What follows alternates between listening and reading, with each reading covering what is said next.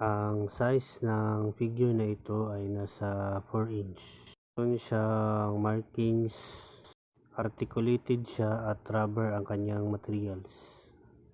Itong sasakyan naman na ito ay malaki. Ito yung taas na part niya.